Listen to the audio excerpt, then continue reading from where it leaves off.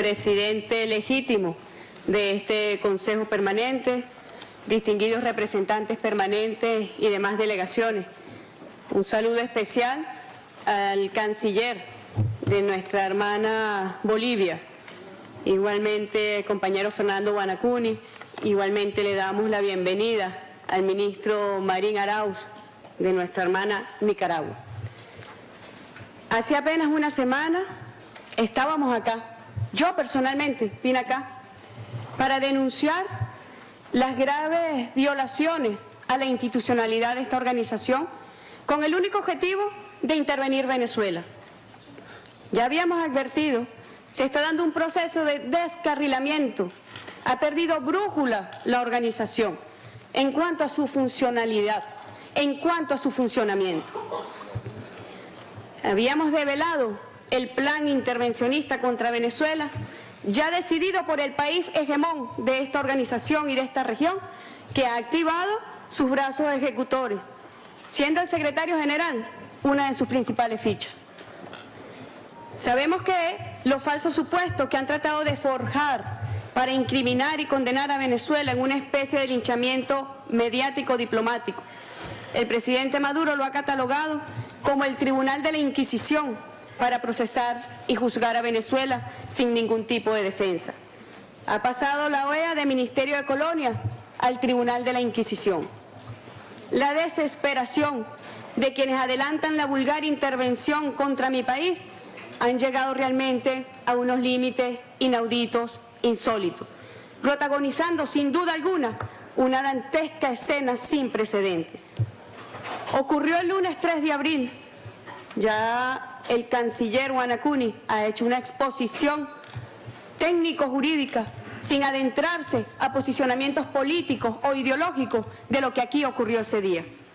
Un grupo de gobiernos decidieron subvertir y quebrantar el orden interno de la Organización de los Estados Americanos, sustituyendo en un solo acto al presidente y vicepresidente legítimo del Consejo Permanente, correspondiendo a Bolivia y Haití respectivamente, sin que ocurriesen los supuestos de hecho para sustituir a la persona del presidente y vicepresidente del Consejo Permanente. Se encontraban en este mismo edificio. Es un hecho sin precedentes en la historia de esta organización, que ya con esto cuenta con otro bochornoso capítulo del más grotesco intervencionismo. ¿Con qué razón y para qué se violentó la institucionalidad de la OEA? Hace una semana nos referíamos a la pertinencia y a la vigencia sobre pertenecer a esta organización, dado el oscuro historial vejatorio contra la dignidad de los pueblos.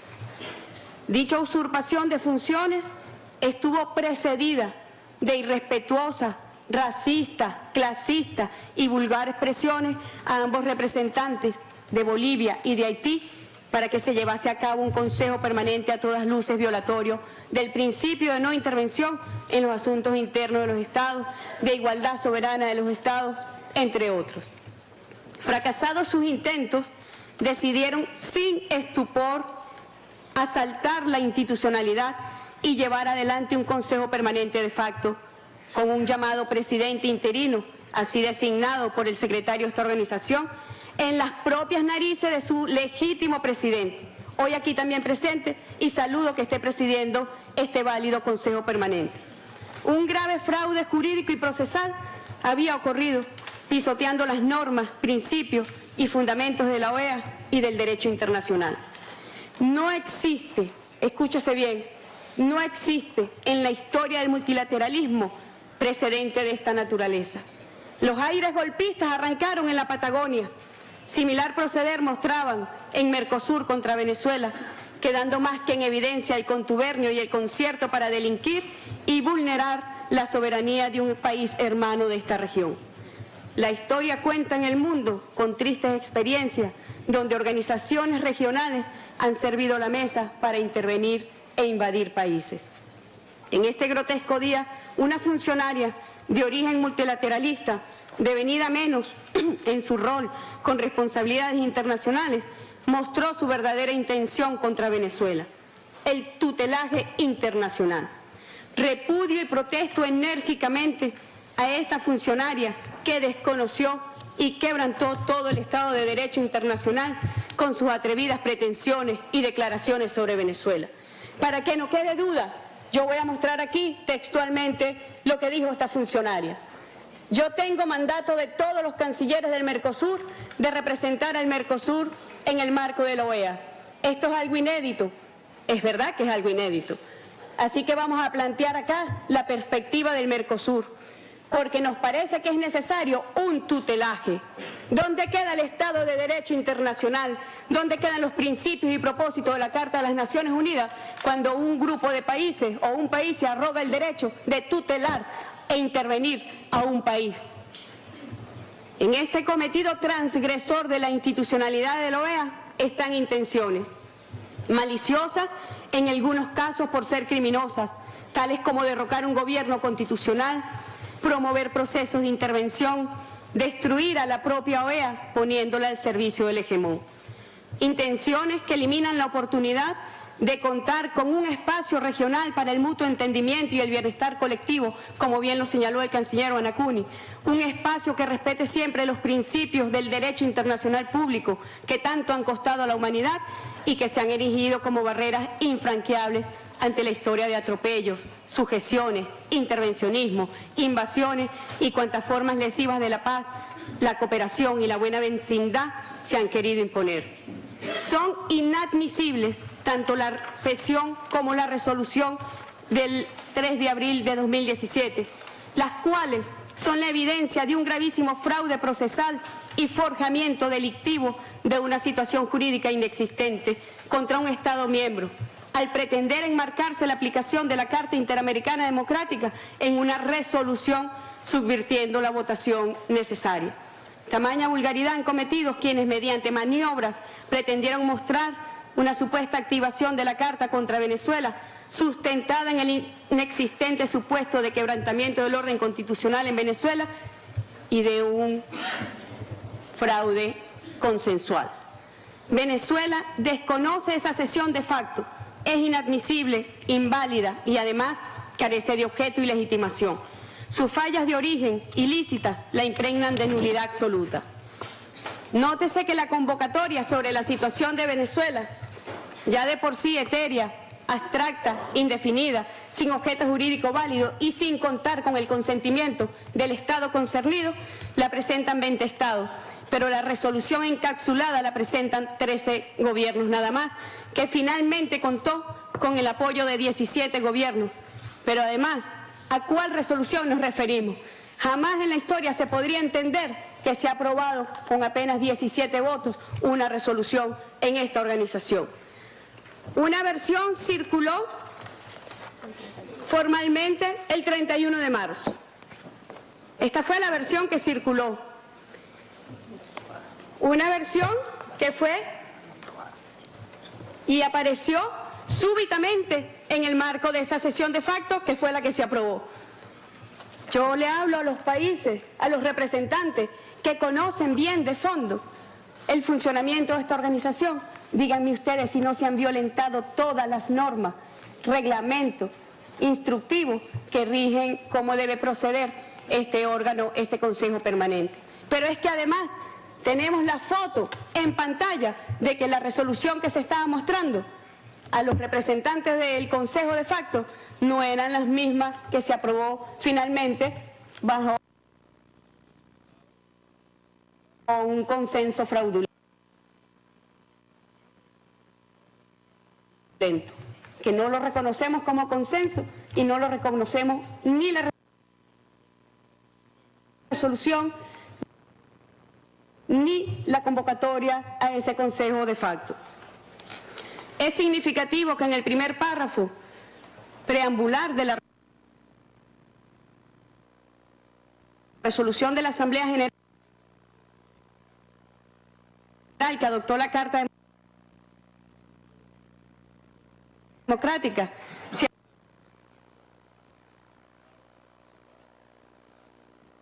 afirma que uno de los aún sorprende más que lo hagan una vez que la misma sala a la que se imputa el incumplimiento de la ley ha aclarado mediante sentencias el alcance de decisiones anteriores, señalando expresamente que no cabe en absoluto interpretar estas como un desconocimiento de las competencias del Parlamento y reiterando su respeto a las inmunidades y privilegios parlamentarios.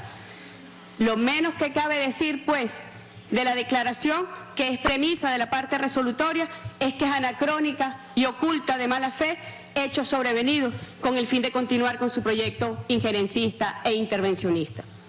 El sistema constitucional venezolano cuenta con sus propios mecanismos para resolver los conflictos entre sus ramas del poder público y estos han funcionado rápida y eficazmente. Más bien, es potestad del gobierno de Venezuela invocar la Carta para frenar los intentos golpistas de unos factores violentos y extremistas que desde el Parlamento pretenden derrocar al gobierno legítimo y constitucional de Venezuela. En Venezuela, y esta información quiero compartirla con aquellos gobiernos que realmente creen en la institucionalidad, que realmente creen en el principio de no intervención, que creen realmente en el principio de soberanía absoluta de los Estados y que creen en la igualdad jurídica de los Estados, quiero compartir cómo se distribuye el poder público nacional en Venezuela. Artículo 136 de la Constitución de la República. El poder público se distribuye entre el poder municipal, el poder estatal y el poder nacional. El poder público nacional, atención, se divide en legislativo, ejecutivo, judicial, poder ciudadano y poder electoral. Venezuela cuenta en su poder público nacional con 5 ramas de distribución de ese poder. Cada una de las ramas del poder público tiene sus funciones propias, pero los órganos a los que compete su ejercicio deben colaborar entre sí en la realización de los fines del Estado. En enero de 2016 se desequilibró el ejercicio y control del poder público nacional debido a que factores de oposición se dedicaron al derrocamiento del gobierno, olvidando el mandato de sus electores. La oposición desde el primer día determinó que en 6 meses saldrían del gobierno constitucional. Yo quiero pedir aquí apenas una muestra. Ayer un diputado de una facción extremista, violenta, antidemocrática en Venezuela, nuevamente declara cuáles son sus intenciones como parlamentario. Pertenece al partido Voluntad Popular, que como bien habíamos demostrado con pruebas contundentes hace apenas una semana, es el partido a quien el secretario general de esta organización le ha dado beligerancia y apoyo logístico para que cometa sus actos de desestabilización en Venezuela. Dice expresamente que ellos están allí para salir del gobierno. Por favor.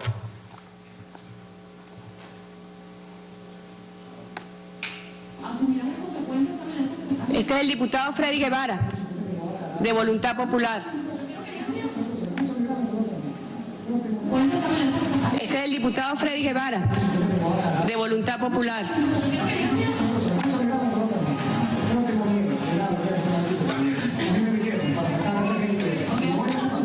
A mí hay países con regímenes parlamentarios. Si la función de un parlamento es derrocar a un gobierno, si la función de un parlamento es derrocar al gobierno, al Ejecutivo Nacional. Es ese el espíritu de un parlamento hasta donde yo entendía, y así está contemplado en las leyes de la República Bolivariana de Venezuela. Un parlamento es para legislar leyes, un parlamento es para coadyuvar en los altos fines del Estado, en conjunto con el resto de las ramas del poder público nacional. Es esto lo que ha generado un verdadero desequilibrio y un conflicto entre las ramas del poder público. Jamás puede ser un mandato constitucional derrocar un gobierno. Jamás puede ser un mandato de un parlamento derrocar un gobierno. Eso es más bien un propósito delictivo. En todos los sistemas jurídicos del mundo, las acciones de derrocamiento son delitos gravísimos, sancionados con las penas más altas, usualmente los más graves después del homicidio. Es vital entender que los conflictos entre poderes son parte del juego democrático que se dirime con los propios mecanismos constitucionales. Por sí mismo no puede calificarse como grave alteración del orden constitucional. Al contrario, debe tratársele como lo que es, un conflicto natural de poderes entre ramas de los poderes públicos. Es eso lo adecuado, es eso lo contemplado además en nuestro sistema constitucional. ¿Y qué ha hecho el gobierno del presidente Maduro? Lo que la ley le ordena, lo que las leyes de Venezuela le ordenan, acudir al camino constitucional y democrático dispuesto por la Constitución, que no es otro que el control de la constitucionalidad de los actos de los poderes públicos, en este caso de la Asamblea Nacional, cuyo ejercicio compete a la Sala Constitucional. El sistema constitucional venezolano contiene mecanismos de tutela y autotutela de los actos del poder público conforme a la Constitución. Y el control concentrado de la constitucionalidad corresponde a la Sala Constitucional del Tribunal Supremo de Justicia. En fecha 31 de marzo, mientras muchos se alegraban con mala intención del conflicto de poderes que se había presentado en Venezuela, porque pensaban que había llegado la hora definitivamente de dar el golpe en nuestro país, el jefe de Estado, ustedes saben que en Venezuela el jefe de Estado es además también jefe de gobierno, activó el artículo 323 de nuestra Constitución. Leo: el Consejo de Defensa de la Nación es el máximo órgano de consulta para la planificación y asesoramiento del poder público en los asuntos relacionados con la defensa integral de la nación, su soberanía y la integridad de su espacio geográfico. A tales efectos le corresponde también establecer el concepto estratégico de la nación. Presidido por el presidente de la República, lo conforman el vicepresidente, el presidente de la Asamblea Nacional. Aquí yo traigo la convocatoria debida que se hizo al presidente de la Asamblea Nacional para que participara legítimamente en el Consejo de Defensa de la Nación, y en su actitud y en su acción por derrocar al gobierno nacional no asistieron. Eso lo debe conocer este foro. El papel que juegan los diputados apoyados por el secretario de esta organización para derrocar al gobierno constitucional y legítimo de Venezuela. Esta situación de conflicto entre ramas del poder público es una situación que ha acontecido y acontece en todo el mundo, y la fortaleza de las democracias constitucionales como la venezolana disponen de los medios para superarla, como en efecto lo ha hecho. Yo quiero referirme a casos, por dar un ejemplo, el país hegemón de esta organización, en el período comprendido entre 1973 y 2013 han ocurrido 18 griclos, es decir, se ha coartado la acción del Ejecutivo por la acción y la tranca de las decisiones por parte del Congreso. En 1976, siendo presidente Gerald Ford, se detuvo las decisiones de este Estado durante 10 días. En 1977 ocurrió lo mismo a Jimmy Carter por 12 días. En 1977 igualmente a Jimmy Carter por 8 días. En 1977, presidente Jimmy Carter, 8 días. En 1978 también, presidente Jimmy Carter, 18 días. En 1979, presidente Jimmy Carter, 12 días.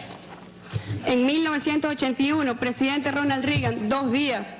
En 1982, presidente Ronald Reagan, 1 día. En 1982, presidente Ronald Reagan, 3 días. En 1983, presidente Ronald Reagan, 3 días. En 1984, presidente Ronald Reagan, 2 días. En 1984, presidente Ronald Reagan, 1 día. En 1986, presidente Ronald Reagan, 1 día, y etcétera, 18 veces. Y jamás se le consideró como alteración grave del orden constitucional de este país, quizá porque el secretario general para la época no era el señor Luis Almagro. Tal discrepancia entre las ramas del poder público, insertada en un contexto de amenazas donde factores foráneos conspiran sistemáticamente contra el modelo bolivariano, afecta la paz de nuestra República. ¿Qué hizo la OEA? Considerar un conflicto de poderes en Venezuela, como suele ocurrir naturalmente en cualquier país, considerarlo la justificación para acechar e intervenir en nuestra patria. ¿Y a qué sirvió esto? Lo habíamos prevenido acá. Desde acá se alentaba a los factores extremistas en Venezuela para que no se sentaran a dialogar, para que fueran a las calles a generar violencia, para que fueran a las calles a generar terror y a derrocar el gobierno del presidente Nicolás Maduro. Eso pasó apenas ayer en Venezuela, cuando la oposición, envalentonada por la supuesta aplicación de la Carta Democrática, como erróneamente han declarado algunos representantes permanentes y el secretario de esta organización, salieron a las calles con violencia para poner en peligro la vida de millones de venezolanos y su modelo político de respeto a los derechos humanos. ¿Y qué tuiteó el secretario general de esta organización? Condenó, aquí está, y yo hice una comparación. Ayer el señor Almagro condena enérgica de la brutal represión en Venezuela contra los manifestantes. Debe ser que no ha visto los videos, debe ser que no ha visto las fotos. Pero cuando ocurrió hace apenas una semana en Paraguay, se incendió el Congreso de ese país, el Parlamento de ese país, asesinaron a un diputado. ¿Qué dijo el secretario de esta organización? Llamo a la paz cívica en Paraguay, es lo que corresponde, ¿oyó? Llamar a la paz, no a la confrontación. Y expreso pesar por muerte de dirigente político Rodrigo Quintana. Comunicado aquí. Y así, ya, chao, chao Paraguay. Estamos acosando a Venezuela, estamos hostigando a Venezuela, que no se parece ni siquiera en mínimas proporciones de las terribles realidades que se viven en otros países de esta región. Yo quiero aquí citar a Emiliano Zapata, ya que hoy estamos en el Día de México. Muchos de ellos, por complacer a tiranos, por un puñado de monedas, o por cohecho o soborno, están traicionando. Señor presidente, estoy solicitando punto de orden de sus hermanos. Tenemos una solicitud de punto de orden, por favor. Paraguay.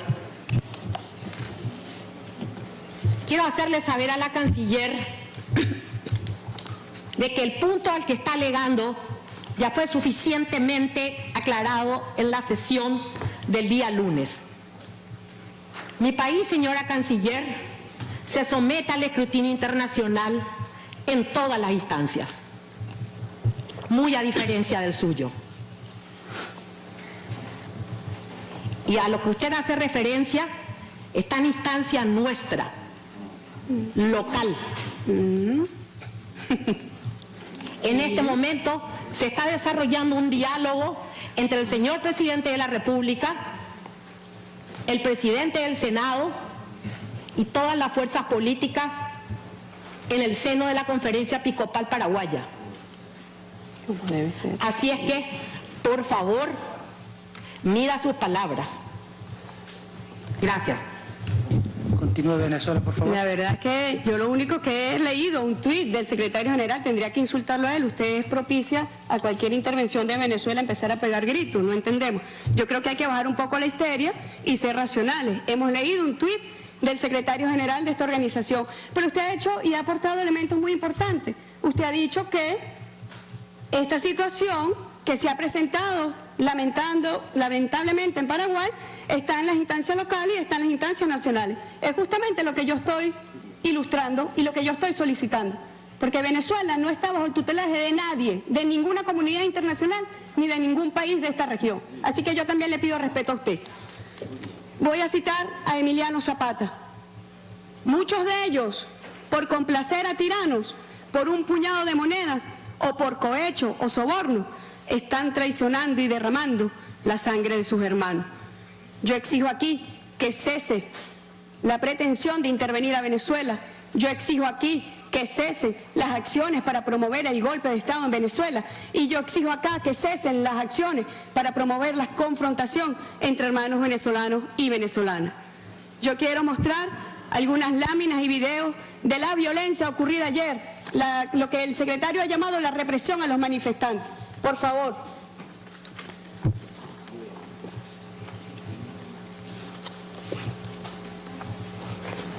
Voy a mostrar, aquí están los manifestantes atacando a las fuerzas de la seguridad ciudadana. Aquí están los manifestantes atacando a representantes de la Guardia Nacional Bolivariana, todas mujeres, por cierto. Ahí hay un video.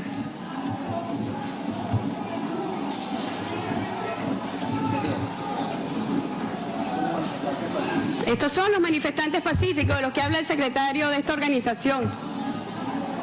Ahí están. Yo quisiera saber en qué país se permite la violencia en las calles y que no actúen las fuerzas de seguridad ciudadana. Y las fuerzas de seguridad ciudadana en Venezuela actuaron para contener que la violencia no se esparza por las calles. Pero usted apoya la violencia. Cese ya, saque sus manos de Venezuela. Saque sus manos, que no las quiero categorizar, pero saque sus manos de Venezuela, de una buena vez. Aquí están los manifestantes pacíficos del señor Almagro. Aquí están, atacando a la fuerza de la seguridad ciudadana. Aquí están los manifestantes pacíficos. Humildes trabajadores que fueron secuestrados por los manifestantes pacíficos. Esto es un tuit que hace para CNN el diputado Freddy Guevara, de Voluntad Popular, un colega, un partisano del señor Almagro, haciendo un drama para las cámaras. Pero en realidad la señorita estaba ahora posando con la fuerza de la seguridad ciudadana. Aquí está. Esto es lo que usted dice que es brutalmente condenar las agresiones a los manifestantes. Ahí está un video donde le quitan un arma a un guardia nacional de Venezuela. Los manifestantes pacíficos.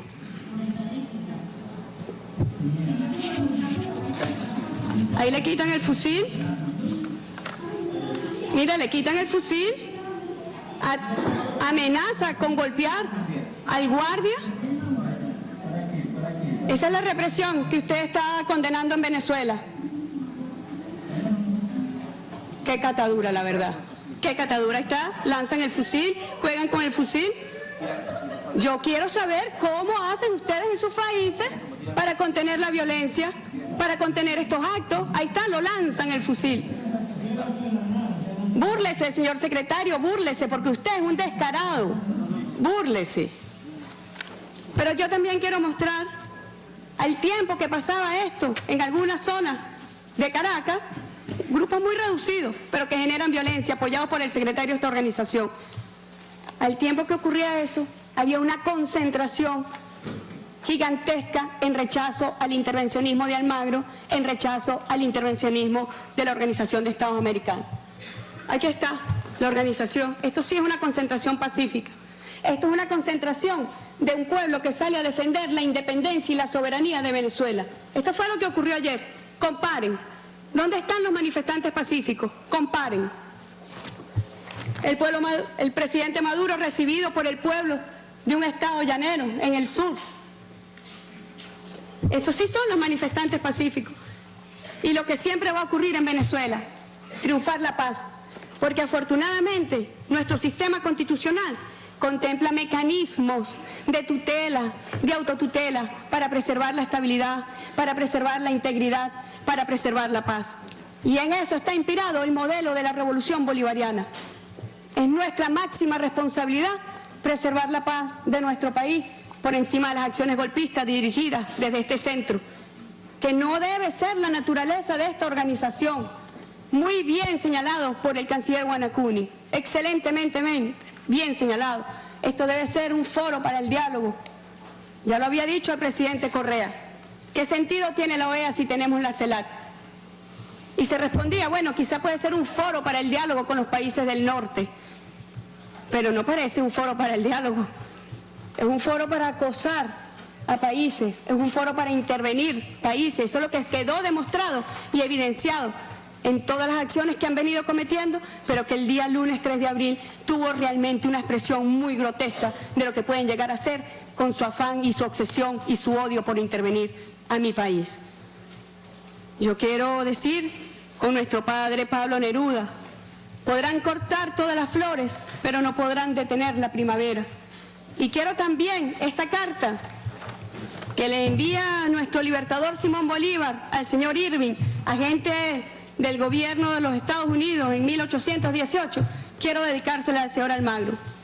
Protesto a usted, no permitiré que se ultraje ni desprecie al gobierno y los derechos de Venezuela. Defendiéndolos contra la España, ha desaparecido una gran parte de nuestra población y el resto que queda ansía por merecer igual suerte.